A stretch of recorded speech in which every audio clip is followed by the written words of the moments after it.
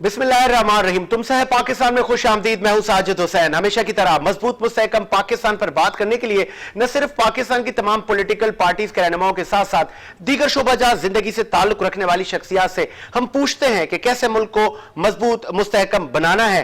मौजूदा सियासी सूरत हाल एक तरफ तो चीफ जस्टिस ऑफ पाकिस्तान जनाब गुलजार अहमद साहब ने आज सरजनिश की न सिर्फ सिंध हुकूमत की बल्कि वफाक को भी कहा कि आप लोग क्या कर रहे हैं, और जिस तरह सिंध के जो मामलात उन्होंने जिन पर रोशनी डालना चाहिए, स्पेशली इंफ्रास्ट्रक्चर का बुरा निज़ाम और गुजर नाला समेत जहां जहां पर जो नालों की सफाइयां की गई, जो वहां पर नाजायज तजावुजात में लोग बेरोजगार हुए और जो बेघर हुए, उनको घर कौन देगा? रियासत की जिम्मेदारी थी और सिंध हुकूमत ने बड़े बुलंदबान दावे किए थे कि हम उनको घर देंगे। उनको घर कब मिलेंगे? आज भी वो एहतजाज कर रहे हैं।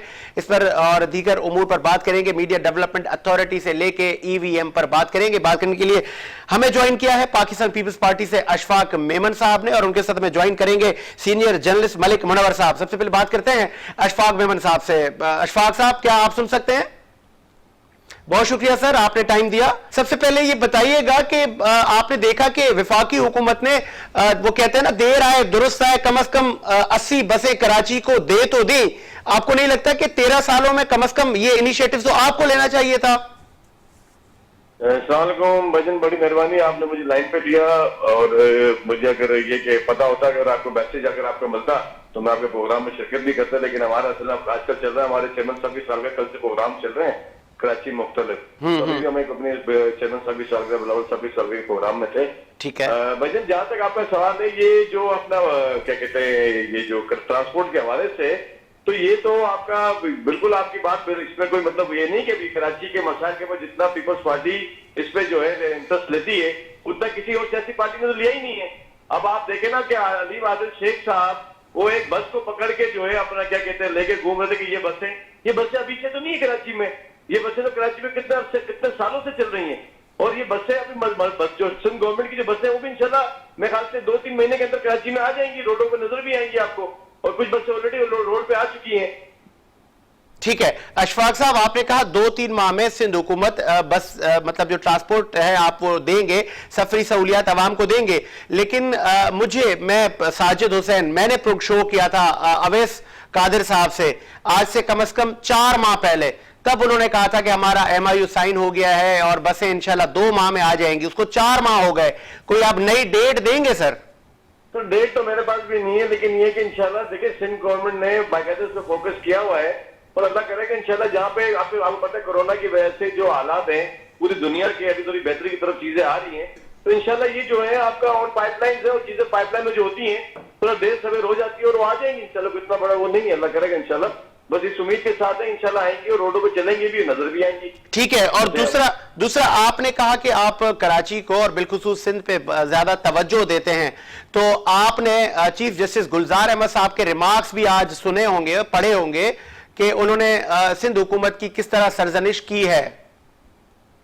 देखिए अभी ये तो मैंने वो पढ़े तो मैंने नहीं है, मैं आपसे क्या बोल, लेकिन हो सकता है अगर इसके ऊपर कुछ होगा तो जब कोई चीज जब पढ़ लेंगे तो फिर इंशाल्लाह आपको जरूर बताएंगे, उससे बात भी करेंगे आपके साथ साजिद भाई। उन्होंने यहाँ पर तवज्जो दिलवाने के लिए आपको कहा है कि सिंध हुकूमत आप क्या कर रहे हैं कि ना आपने सड़कों का जाल दिया अभी तक, ना आपने इंफ्रास्ट्रक्चर से लेके गटर उबल रहे हैं। मतलब सुप्रीम कोर्ट के जजेस को आप आना पड़ता है, बताना पड़ता है, ये तो उनका काम नहीं है। मतलब अगर वो इस लेवल पर आकर अगर आपको बता रहे हैं, आपको रोशनी कहते हैं ना, रोशनास करवा रहे हैं मामलात से, तो इसकी नौबत ही ना आए और आप उन मसाइल पे खुद ही फोकस करें, और जो आवाम के जो राइट्स हैं या आवाम को जो आपने जिस तरह रोटी कपड़ा मकान की आप बात करते हैं तो वो दे ना सर। तो साजिद भाई बात ये है कि जिस तरह जैसे साहब ने कोई चीज है और अगर उस पर कोई चीज रह गई होगी तो इंशाल्लाह उस पर सिंध गवर्नमेंट अपना काम कर रही है और करेगी।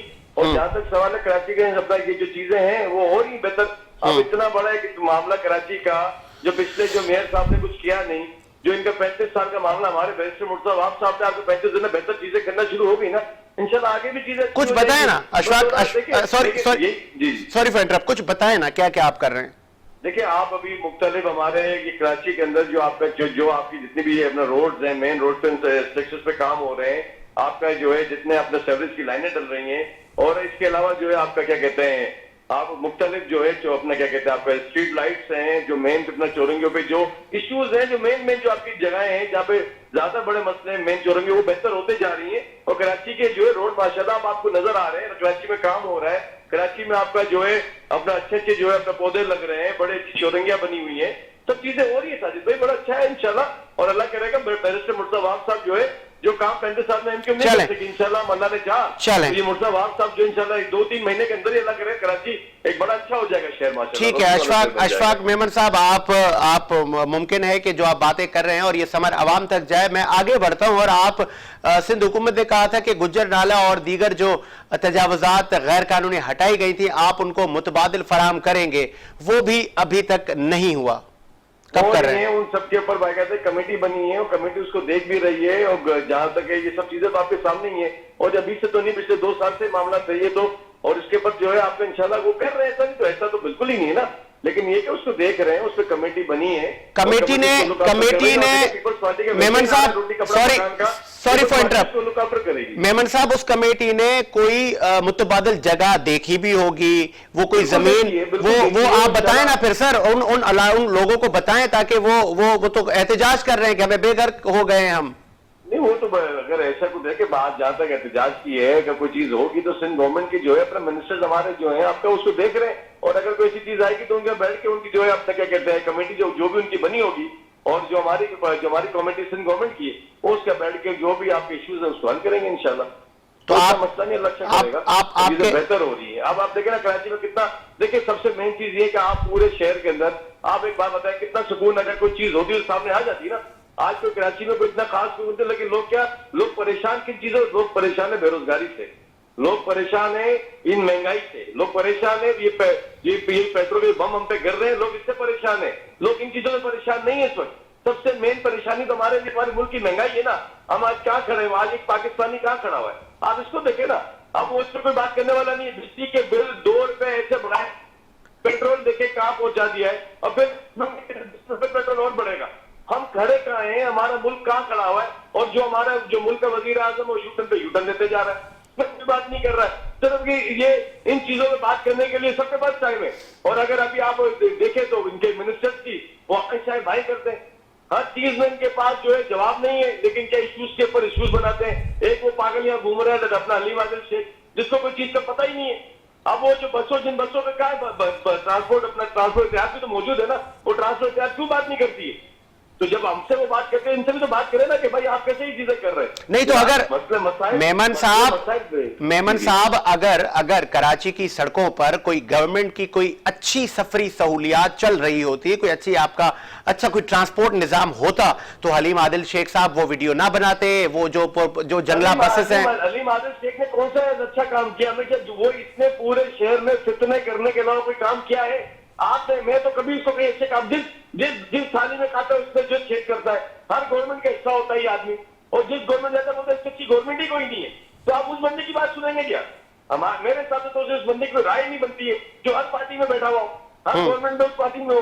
कम से कम ऐसे बंदे की राय हो जो कम से कम खुद एक जगह मजबूत हो और एक स्टैंड पे खड़ा करे। सर इस वक्त 4 सियासी पार्टियां छोड़ी है सर, मेमन साहब सिंध असेंबली में मेमन साहब कभी काफ लीग में होता है। मेमन साहब इस वक्त तो लीडर ऑफ अपोजिशन है, अगर वो किसी चीज पे आप लीडर ऑफ अपोजिशन का काम क्या होता है कि ये तो काम कर ही नहीं रहे ना, ये तो तनकीद इनका काम ही यही है। खुद तो कुछ नहीं कर पाए। चीन आप जाए, केपीके आप जाए, पंजाब में चले जाए, आप बलूचिस्तान में जाए, क्या हालात है वहां पे? केपीके के क्या हालात है? सर बसेस दिए ना कराची को, सर अप्रिशिएट करें ना गवर्नमेंट के। मेमन साहब छोटे वो इश्यूज है, कराची के 42 सिटी एरिया है और उसके अंदर 360 यूसीज है और उसके 1300 वार्ड है। वो 1300 वार्ड में किसी एक वार्ड में पकड़ के बैठ जाते हैं। ठीक है चले बसेस पर तो आप अप्रिशिएट करें ना, चले कराची को। हमने क्या अप्रिशिएट करना सर? ये इनका काम ही नहीं है। ये तो पिछली गवर्नमेंट का काम है, इन्होंने तो कुछ किया ही नहीं है। ये तो सिर्फ तैयार माल के पड़ा के बैठ जाते हैं। इन्होंने क्या किया आप बताए ना भाई? पीपल्स पार्टी तो अब तो नया नारा और लग गया है कि सांसद छीन रहे, सांसद रोटी कपड़ा और मकान। लोगों से रोटी छीन ली, रोटी से कपड़ा छीन लिया, लोगों से घर छीन लिया, रह क्या किया? और लोगों को जो है वो अपने के 2 सालों के डब्बे पकड़ा रहे। चले मैं आगे बढ़ता हूं, मैं लास्ट में आगे बढ़ता हूं। जब आपने कहा कि आप महंगाई पर बात नहीं करते, आप इन चीजों पर बात नहीं करते, तो मैंने कहा कि चलें मैं आगे बढ़ता हूं। एक आखिर में मुझे आप ये भी बताते चलें कि जब आप पाकिस्तान डेमोक्रेटिक मूवमेंट को आप लीड कर रहे थे तो तब चेमा गोइयां थी। हमने कई अपने प्रोग्राम में कहा कि आप हुकूमत को सॉफ्ट कॉर्नर देंगे और आप पीडीएम से साइड हो जाएंगे। तो अगर आपको ये महंगाई वाली हुकूमत पसंद नहीं थी तो आपने पीडीएम को क्यों छोड़ा? सर हमने पीडीएम को, हमारा पीडीएम को छोड़ने का सवाल ही नहीं पैदा होता है ना। जितने पीडीएम के लिए मुजाहरे, आपको इस बात है कि आप एमआरडी की तहरीक भूल गए क्या? आप एआरडी की तहरीक भूल गए? वो तहरीकें किसने चलाई? वो पाकिस्तान पीपल्स पार्टी ने चलाई। यहां तक के इन तमाम तहरीकों के अंदर जिसने मुजाहरे सबसे अव्वल दस्ते कितना पीपल्स पार्टी ने अदा किया। पीपल्स पार्टी क्यों भागेगी? पीपल्स पार्टी तो वैसे ही इन चीजों में एमआरडी की तहरीक, एआरडी की तहरीक और पीपल्स पार्टी का वर्कर अव्वल दस्ते कितना अदा करता है। यही सवाल है सर मेमन साहब, यही सवाल है कि मेमन साहब अगर सॉरी फॉर इंटरप्ट, मुझे बोलने दे। आपने कहा एमआरडी तहरीक, ठीक है, मेरी बड़ी छोटी सी बात, ठीक है। जब अदलिया तहरीक हुई तो किसने इनका अदा किया? यही पाकिस्तान पीपल्स पार्टी ने किया। जब मुशर्रफ के दौर में बात यह कि पीपल्स सारी तरीके पीपल्स पार्टी ने आवाम के लिए चलाई है। सर और किसने चलाई आप बताएं ना हमें भी तो मालूम पड़े। तो आज की मेमन साहब तो सॉरी फॉर इंटरप्ट, तो आज की Pakistan peoples party, chairman Pakistan peoples party Bilawal Bhutto Zardari की जो क़यादत में आज आप क्यों फिर वो जो एमआरडी तहरीक या जिस तरह माजी में आप लोगों ने सियासत की है, तो आज आप क्यों नहीं पीछे आप हट रहे हैं? आज आप वफाकी हुकूमत को सॉफ्ट कॉर्नर क्यों दिया? आपने इस्तीफे भी नहीं दिए। साजिद भाई हमारे पूरे मुल्क में मुजाहरे शुरू हो चुके हैं महंगाई के खिलाफ और पीपल्स पार्टी पूरे सिंध में, पूरे पाकिस्तान में मुजाहरे कर रही है। मुजाहरों से हुकूमतें नहीं जाती। मुजाहरा हुआ है मेमन साहब, अपर डी में मुजाहरा हुआ है। मुजाहरों से पूरे पाकिस्तान में मुजाहरे हो रहे हैं। मुजाहरों से हुकूमतें नहीं जाती सर। सर जाती है, क्यों नहीं जाती? जब जो हुकूमत कोई काम ही नहीं कर सकी उसका रहने का फायदा ही नहीं है। काम जिसको करना है उसको वो आएंगे ना। अब तो ये जाने वाले, अब तो ये तो इनको इन्होंने कुछ किया तो है नहीं। अगर किया तो आप बता दे, साबित कर दे कि इन्होंने कुछ अच्छा काम किया। चले फिर ये भी बता दे, चले ठीक है, लास्ट में ठीक है, एग्रीड। चले ये भी बता दें कैसे हुकूमत गिराएंगे, चले बता दें कैसे गिराएंगे। खुद गिर गए, उन गिराया उसको जाता जिसकी हुकूमत। तो ये तो इन्होंने कुछ किया ही नहीं ना। अगर कुछ करते तो हुकूमत में रहते ना। आपके साल पूरे अब तो 3.5-4 साल होने को आ जाएंगे ना। इन्होंने क्या किया बता दे? एक मेगा प्रोजेक्ट नहीं लेकर आए, ये एक कितने इंजेक्शन वो भी लेकर नहीं आए। आपने देखा सिंध में कोरोना के हिसाब से पीपल्स पार्टी ने कितना अच्छा काम किया। सिंध गवर्नमेंट ने आप लोग ने ड्राइव चलाई, लोगों वैक्सीन किया। आज हम कितने सुकून में, हमारे सेहत अल्लाह का शुक्र, पूरे सुबह सिंध तो अच्छा कर रहे हैं ना काम। तो सुबह जब अब बात ये कि जो पंजाब वाले क्या कर रहे हैं, केपी वाले क्या कर रहे हैं, ये कुछ नहीं कर रहे, इनके ऊपर कोई बात ही नहीं करता। हर जगह पीपल्स पार्टी नजर आती है। अवाम में पीपल्स पार्टी, पाकिस्तान में तो बाकी पीपल्स पार्टी सुने। मेमन साहब, पाकिस्तान में एक तालीमी निजाम वफाकी हुकूमत राइज कर रही है। केपी में हो गया, पंजाब में हो गया, लेकिन सिंध ने कहा नहीं, 18th अमेंडमेंट है, हम अभी इस पे नजरसानी करेंगे। आपने नहीं आने दिया। हेल्थ कार्ड वफाक सब सूबों को दे रहा है, सिंध में आपने कहा कि नहीं, हम सिंध में आपको एक्सेस नहीं देंगे। तो इस तरह के मामलात में आप लोग अगर ब्लेम गेम की सियासत करेंगे तो समर अवाम तक कब जाएगा? पीपल्स पार्टी एक जमहूरी पार्टी है। पीपल्स पार्टी अब एक जमहूरी पार्टी, और ये सियासत का उसूल है। 18वीं तरमीम आपको वो चीजें दे रही है ना। 18वीं तरमीम ने आपको हमें ये इख्तियार दे, तो हम बात कर रहे हैं। हम 18वीं तरमीम में खूबसूरती है ना। तो सर जहां अवाम के मजबूत होकर बैठे हुए हैं, तो ये सबसे बड़ी काबिलियत वाली बात है ना सर। जहां अवाम के फायदे की बात हो, और ये हुसैन सियासत का जमहूरियत है। जमहूरियत में हर पार्टी को उसका के हम चले हुकूमत कर रहे हैं। हम अपने हिसाब से, हमारे मिनिस्टर, हमारी गवर्नमेंट, हमारे वजीर आला बेहतर समझेंगे। वो तालीम के निजाम को जो उनको बेहतर लगेगा उसके ऊपर वो कमेटी बनाएंगे और उसके हिसाब से चलाएंगे। कब बेहतर लगेगा? टाइम जा रहा है, अवाम को समर जल्दी पहुंचना चाहिए। शाहिद भाई टाइम भी अच्छा है, काम भी हो रहा है, ऐसा नहीं कि नहीं हो रहा। चले ठीक है, अच्छी पोजीशन है। चले जी। मेरी तो अफसोस इस बात का है मीडिया माशाल्लाह इतना दिखाती, मीडिया मजीद दिखाए, केपी का भी दिखाए, पंजाब का दिखाए कि पंजाब के जो है वो अपना वसीम अकरम क्या कर रहे हैं। पंजाब के वसीम अकरम कुछ भी नहीं कर रहे। केपी में क्या हो रहा है? कुछ भी नहीं हो रहा। आप बताए ना, कोई एक प्रोजेक्ट, मेगा प्रोजेक्ट तो बताए, कोई मेगा प्रोजेक्ट नहीं है इनके पास। ठीक है, इन्होंने सिर्फ ठीक है, और महंगाई पे महंगाई के आवाम पे वो बम फाड़े। ठीक है, बहुत शुक्रिया अशफाक मेमन साहब, आपने पॉइंट ऑफ व्यू दिया पाकिस्तान पीपल्स पार्टी का। आगे बढ़ते हैं और कोशिश ये होगी कि दीगर लोगों से भी हम पूछें कि ये ऊँट किस करवट बैठेगा, कि जो तरक्याती काम है, जो तरक्याती फंड मिलते हैं, उनके खुर्द बुर्द के मामला कब तक चलेंगे। क्या हर बार ही हमारी जो अदालतें हैं, जो मौजिज अदालतें या मौजिज जज साहिबान हैं, उनको ही मतलब सुओ मोटो लेने होंगे। तो इससे पहले ही अगर ये मामला दुरुस्त हों तो ये क्या ही अच्छा हो जाए। मलिक मुनव्वर साहब हमें ज्वाइन करेंगे, उनसे पूछते हैं, आप सीनियर जर्नलिस्ट हैं, उनसे पूछते हैं कि वो कैसे देख रहे हैं सिंध में कारकर्दगी, सिंध हुकूमत की और विफाक में पीटीआई की कारकर्दगी पे वो क्या तजिया देते हैं। मलिक साहब खुशामदीद कहेंगे, सुन सकते हैं आप? जी बिल्कुल साजिद भाई, सुन सकते हैं। बहुत शुक्रिया मलिक साहब। आज आपने सुप्रीम कोर्ट के जज जनाब चीफ जस्टिस गुलजार अहमद साहब के रिमार्क्स पढ़े होंगे, तो वो ज्यादा बरहम सिंध पे दिखाई दिए और विफाक पर भी दिए। सबसे पहले आप सिंध की, अगर मैं आपसे बात करूं तो आपने क्या देखा 13 साल कारकर्दगी? अगर मैं मलिक मुनव्वर साहब से, एक सीनियर जर्नलिस्ट से पूछूं, क्या बेहतर है और 100 में से कितने मार्क्स करेंगे? देखें जी, अगर चीफ जस्टिस की हिसाब से आप जो बात कर रहे हैं तो उनके मार्क्स की बात करेंगे तो मैं तो उनको 100% ही मार्क्स दूंगा, क्योंकि जो चीफ जस्टिस ने आज बात की है, ये सिर्फ चीफ जस्टिस की नहीं बल्कि पूरे एहलियान कराची की यही बात है। और सिंध हुकूमत को कितने मार्क्स देंगे 100 में से, उनके काम पर, उनकी परफॉर्मेंस पर? देखिए, अब सिंध हुकूमत जो है अब ऐसी जगह पर आकर खड़ी हो गई है कि उसको जवाब देना पड़ेगा। ये बहुत बड़ा सवालिया निशान है उनके लिए, जो आज चीफ जस्टिस पाकिस्तान ने रिमार्क्स दिए हैं सिंध हुकूमत के हवाले से। अगर हम सिंध हुकूमत के इकदाम की या उनके तरक्याती कामों की बात करें तो सैयद मुराद अली शाह साहब जो कि वजीर आला सिंध हैं, वो एक तवील फहरिस्त लेकर बैठ जाते हैं और बड़े बड़े मीगा प्रोजेक्ट के हवाले से तो वो बताते हैं कि इतने बड़े तरक्याती काम जो उन्होंने किए हैं। यकीनन कुछ काम उन्होंने किए हैं, शारा फैसल की बात की जाती है, तारिक रोड के की बात की जाती है, उनके रोड बने हैं और अंडर पासेस बनाए गए हैं, मगर ये कोई ये सिर्फ इतने हैं कि आटे में नमक बराबर।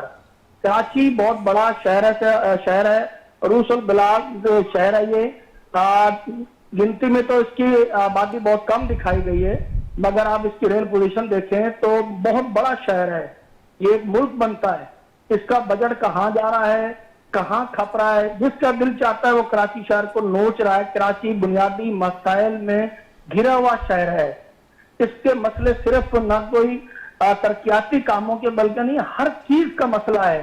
अगर हम बिजली की बात करें, रोड सेक्टर की बात करें, वाटर एंड सीवरेज बोर्ड की बात करें, वाटर एंड सीवरेज बोर्ड ने तबाही मचा रखी है शहर में, क्योंकि उसकी जो सीवरेज की लाइनें हैं वो जगह जगह पर जो है वो डैमेज होती हैं। वो पानी जो है वो बड़ी वाफर मुकदार में जोर मार के बाहर निकलता है और उसको मुरम्मत कोई नहीं करने आता। वो महीनों महीनों जो है वहां पर पानी उबलता रहता, पीने का पानी वैसे तो आवाम को मिलता नहीं है, मगर सड़कें जो है वो तरोताजा रह जाती हैं वाटर बोर्ड के उस पानी से, जो कि आवाम को पीने के लिए मिलना चाहिए, मगर वो सड़कों पर, शराहों पर जो है वो जाया हो रहा होता है, उसकी मुरम्मत नहीं की जाती। तो वाटर बोर्ड जो है वो उसका जो माफिया है वाटर बोर्ड पे कटहरे में खड़ा करना चाहिए।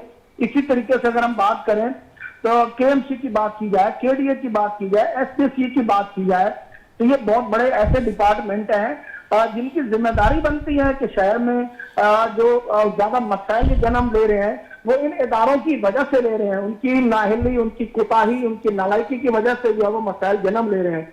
यकीनन ये इदारे तमाम जो है वो सिंध हुकूमत के अंडर में आते हैं, महकमा बल्दियात के अंडर में आते हैं। तो अगर सिर्फ महकमा बल्दियात की चीजें यहाँ पर दुरुस्त हो जाती हैं तो मैं समझता हूँ कि 100 में से 50% तो मसले हल हो सकते थे, मगर आप देखें कि कोई 1-2 साल की गवर्नमेंट नहीं है। आप यकीनन पीपल्स पार्टी को आप देख सकते हैं कि बड़ा तवील अरसा मिल चुका है, तीसरे टेन्योर ये मुकम्मल करने जा रहे हैं। और मसला कराची के दूर के तू है, कराची जो है एक लावारिस शहर है। अगर एमकेएमपी कहती है कि हमारा शहर है, पीपल्स पार्टी कह रही है हमारा शहर है, पीएसपी कहती है हमारा शहर है, पीटीआई कह रही है हमारा शहर है, उसने यहाँ पर बड़ी तादाद में एमपीए एमएनए की सीटें तो उठा ली है, मगर आप उनकी एमपीए की कारकर्दगी देखते हैं, एमपीए के फंड कहाँ जा रहे हैं? एमएनए के फंड जो उनको मिले हैं, अरबों रुपए के वफाकी हुकूमत ने एमएनए को फंड दिए हैं, तो लग रहे हैं। वो भी आप देखें कि एक दो जगह पर नजर आते हैं जहां पर उन्होंने सिर्फ फेब्रिक की लैंड डाली है, बाकी तो कुछ नजर नहीं आ रहा। अच्छा मलिक साहब, चीफ जस्टिस गुलजार अहमद, और हमने देखा कि सुप्रीम कोर्ट के बाहर भी वो जो नाजायज तजावुजात जो गुजर नाला और दीगर जगहों पे तजावुजात हटाई गई थी जो गैर कानूनी थी, बहुत सारे लोग बेघर हुए थे, उनको घर देने का वादा भी सिंध हुकूमत ने किया था कि हम इनको मुतबादिल फराहम करेंगे, अभी तक नहीं हुआ, उस पर भी आप मुझे बताइए। और सेकंड ये कि नस्ला टावर की जो अपीलें थी वो भी मुस्तरद हो गई है नजर सानी की, अब 1 महीने का टाइम दी। साजिद भाई, ये अदालती फैसले हैं, अमनो अन जो है उनको तस्लीम करना पड़ता है। ये पाकिस्तान की सबसे बड़ी अदलिया है ये, उसके फैसलों पे तो कोई इतराज नहीं किया जा सकता, फिर तो इन्हें अदालत के जमरे में चीजें आ जाती हैं। मगर ये कोई साफ और शफाफ तरीके से इकदाम नहीं उठाया गया। आज चीफ जस्टिस साहब जिस पॉइंट को जो उठा रहे हैं कि गुजर नाले के मुतासरीन को जो है उसको मुतबादल किया जाए, तो भाई साहब ये मुतबादल तो पहले मिलना चाहिए था जब सर्वे करवाया गया था। जैसे कि नेमतुल्लाह खान ने लियारी एक्सप्रेस में लोगों को पहले सर्वे करा के मुतबादल दिया, वो शहर बसा दिया है। जो उनको उस वक्त 50,000 और एक 80 गज का प्लाट दिया, आज वहां पर 25-30 लाख का प्लाट हो चुका है। तो इन लोगों को भी तो उसी तरीके से जो है वो आबाद किया जा सकता था।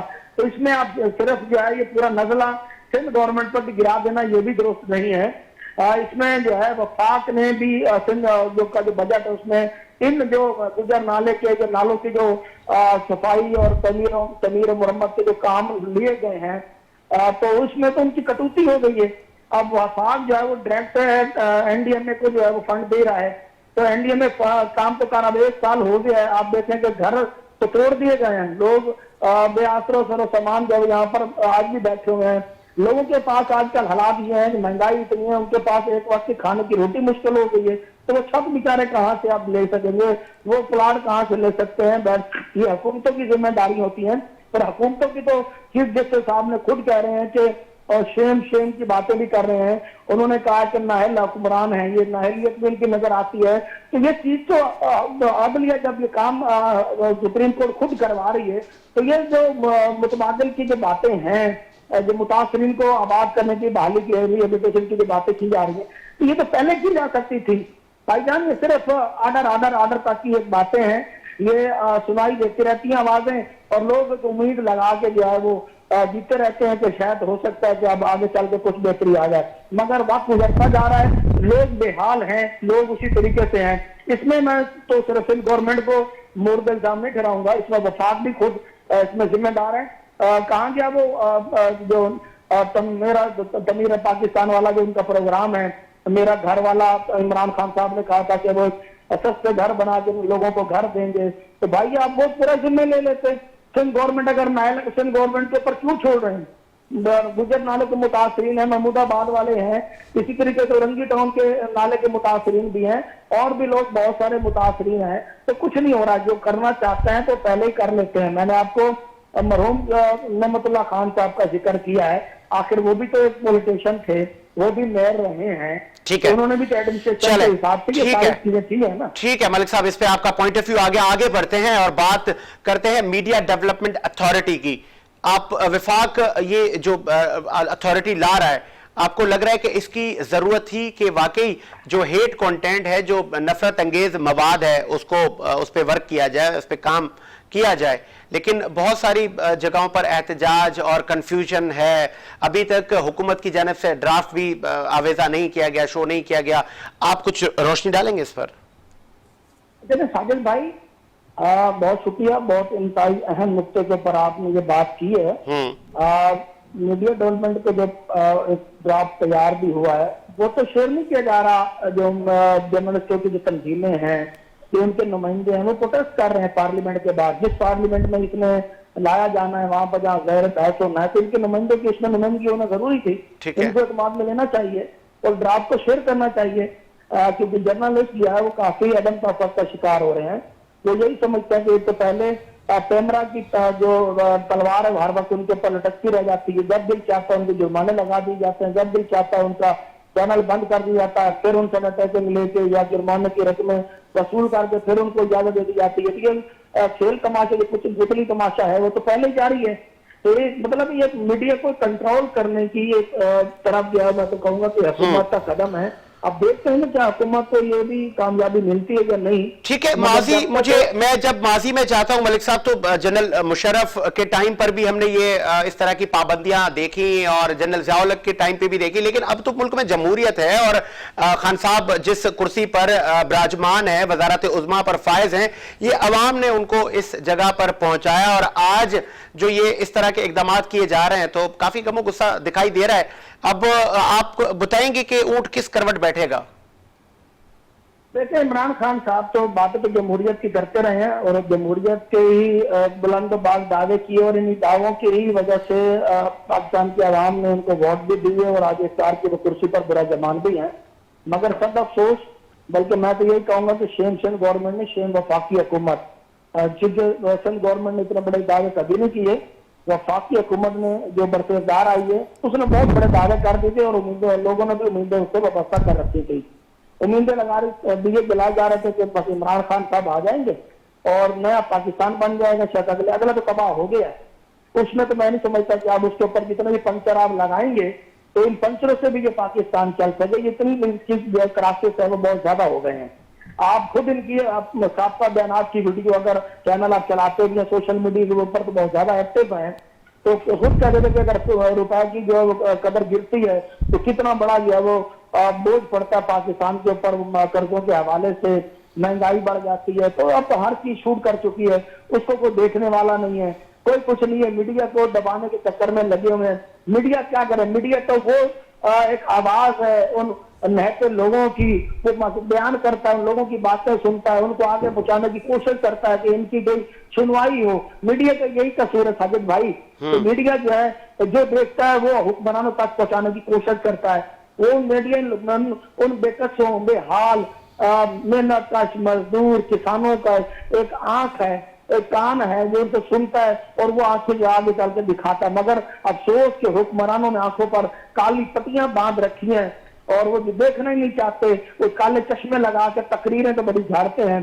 मगर वो मीडिया को भी उसमें जो है वो उसी तरीके से जो है वो अपना कंट्रोल करने की कोशिश कर रहे हैं, जैसे कि दीगर ऑर्डिनेंस के जरिए जो है मामला उन्होंने चला रहे हैं। ठीक है, लास्ट आखिरी ठीक है लास्ट आखिर में आपसे ये पूछूंगा कि इलेक्ट्रिक वोटिंग मशीन बहुत वफाकी हुकूमत संजीदा नजर आ रही है और टेक्नोलॉजी को मुतारिफ करवाया जा रहा है। आपको नजर आ रहा है 2023 का जनरल इलेक्शन इसी ईवीएम से होता हुआ नजर आ रहा है? देखिए साजिद भाई, ये भी बहुत बड़ी गहराई की बात है। ये हम तो ये कहेंगे, हम अगर बात करें तो कहेंगे कि छोटा मुंह बड़ी बात है। बात अब तो बहुत निकल चुकी है और जब बात निकलती है मतलब वो जैसे वो एक कहावत फेमस हुई थी कि मुख्तारिया गल वध गई है। जी हाँ, मुख्तारिया गल वध गई है। बात इसी तरीके से ये साजिद भाई कि चीफ इलेक्शन कमिश्नर जो है अब उनसे बिल्कुल वो आड़े आ गए हैं। चूंकि आप देखें जब आप किसी मुंसब को आप बैठाते हैं तो वो कोशिश यही होती है पीटीआई अगला वजीर आजम का ख्वाब भी देख रही है कि अगली गवर्नमेंट ही पीटीआई की बन जाए और वो इसलिए इलेक्ट्रॉनिक मशीन के जरिए जो है उसकी आड़ में अगला इलेक्शन जीतना चाहती है। अब देखना ही है कि सवाल उठ रहे ना, बड़ी गहराई की बात में साजिद भाई आपको बता रहा हूँ कि ये देखना ये शकूक क्यों पैदा हो रहे हैं, मामला क्यों खराब हो रहे हैं। जहां से मशीन बन के आई है ना, वो कहाँ से आई है, मशीन कहां पर आई है, उसको ऑपरेट करने वाले लोग कहां बैठे हैं, वो किन के लोग हैं, तो वो किस तरीके से जो है वो नतायज में हेरा फेरी कर सकते हैं। पहले भी तो ये मशीनों के जरिए ये पिछले इलेक्शन में जो है वो थोड़ा काम दिखाया था। बिहार वाले जो फड्डे पड़े हैं 18 वाला इलेक्शन, उसमें भी तो यही होगा ना कि जी वो फलाप हो गई थी, वो सिस्टम ट्रैक कर गया था, वो ये हो गया था, वो हो गया था, बहुत सारे बहाने हैं। तो पीटीआई की कोशिश यही है कि आवाम ने तुमको वोट देने नहीं लग, तो यही रहा जो महंगाई का इस वक्त तूफान आया हुआ है और जो हालात इस वक्त पाकिस्तान के हमें नजर आ रहे हैं। एज ए जर्नलिस्ट मैं जो देख रहा हूँ इस वक्त लोगों की जो पोजीशन देख रहा हूँ, उससे तो मुझे नहीं लगता कि ये लोग इस मौजूदा गवर्नमेंट को दोबारा जो है वो अपने ऊपर मुसल्लत करेंगे। तो मौजूदा हुक्मरान जो है ये कोशिश जरूर कर रहे हैं कि वो किसी मशीन का सहारा ले लें और अपने मन पसंद जो नताज वहां से निकलवा देंगे। मशीनों पे तो यही होता है। तो भाई आज तक पहले वाले इलेक्शन होते आए हैं, तो वो क्या वो सारे खराब थे इलेक्शन? वो सारे जुर्लू अगर इलेक्शन है तो ये भी जुर्लू इलेक्शन होगा।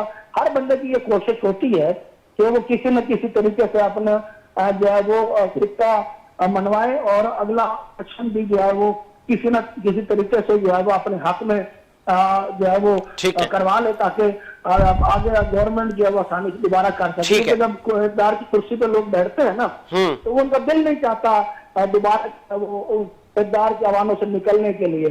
तो अब तो ऐसा है कि अवाम को निकलना पड़ेगा अपने हकूक के लिए, अपने जो उनके मसाइल के बुनियादी, चाहे वो कोई भी सूबाई हुकूमत हो या वफाकी हुकूमत हो या मौजूदा हुकूमत हो या कोई आने वाली होगी, हमें तो नहीं लग रहा कि शायद इस तरीके से जो है वो आवाम आपने मलिक साहब, सॉरी फॉर इंटरप्ट, मलिक साहब आपने कहा कि ये हुकूमत की कुर्सी ऐसी होती है कि जो इस पर बैठता है, तो फिर वो एक रवायत पाकिस्तान में भी रही है कि हम जब सदारती मामलात पे नजर डालते हैं तो आईनी मुद्दा तो 5 साल है, लेकिन हमने देखा कि पाकिस्तान की तारीख में जो सदूर गुजरे, कोई 11 साल, कोई 8 साल, तो हमने ये देखा। लेकिन इस बात पे फिर नहीं बनता कि साबिक सदर आसिफ अली जरदारी को अप्रिशिएट किया जाए कि उन्होंने तमाम इख्तियारात ऐवान को दे दिए, आम आवाम को दे दिए।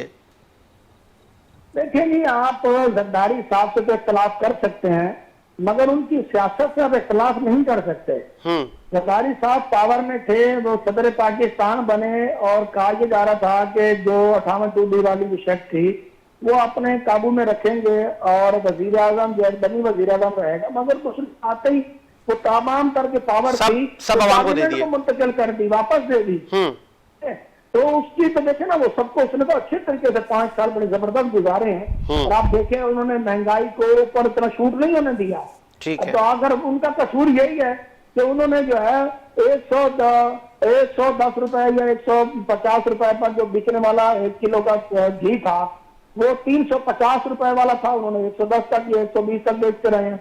इसी तरीके से अगर पेट्रोल की बात करें तो वो 50-60 रुपए तक भेजते रहे हैं। तो पेट्रोल की असल कीमत यही 125-26 है ना, जो आज गवर्नमेंट दिखा रही है। ऐसे इनमें तो यही लग रहा है ना कि जो मौजूदा अगर हम कीमतों का तवाज़ुन करें तो उस पर हम जायजा लें तो ये लग रहा है कि माजी के जो हुक्मरान है वो चोर थे, वो इन चीजों को जो है वो बड़ा रोक रहे थे, वो इन चीजों के जो असल कीमतों के ऊपर आने नहीं दे रहे थे। तो यही बात सामने आएगी ना, उनका और क्या कसूर निकला है? आपने उनके सिरे माल कहाँ गए, वो स्विस बैंक वाली कर्जे कहाँ गए, वो 200 अरब रुपए जो बाहर के बैंकों में पड़े हुए कहाँ गए हैं? किन झगड़ों पे आपने ले जाके खड़ा कर दिया और पाकिस्तान के अवाम को भी जो है वो तबाह बर्बाद करके रख दिया है? क्या झगड़े पा हमने अवाम को जो है इन चीजों से अब कोई सरोकार नहीं है। अवाम तो सिर्फ 2 वक्त की रोटी मांग रही है, अवाम तो सिर्फ अपना सर ढांपने की चादर मांग रही है भाई। ठीक है, बहुत शुक्रिया मलिक मुनव्वर साहब, सीनियर जर्नलिस्ट, आपने मुख्तलिफ उमूर पर अपना तज्जिया दिया। इसी उम्मीद के साथ कि मेरा मुल्क शादो आबाद रहे। साजिद हुसैन को इजाजत दीजिए, मुलाकात होगी नए प्रोग्राम के साथ। अल्लाह हाफिज।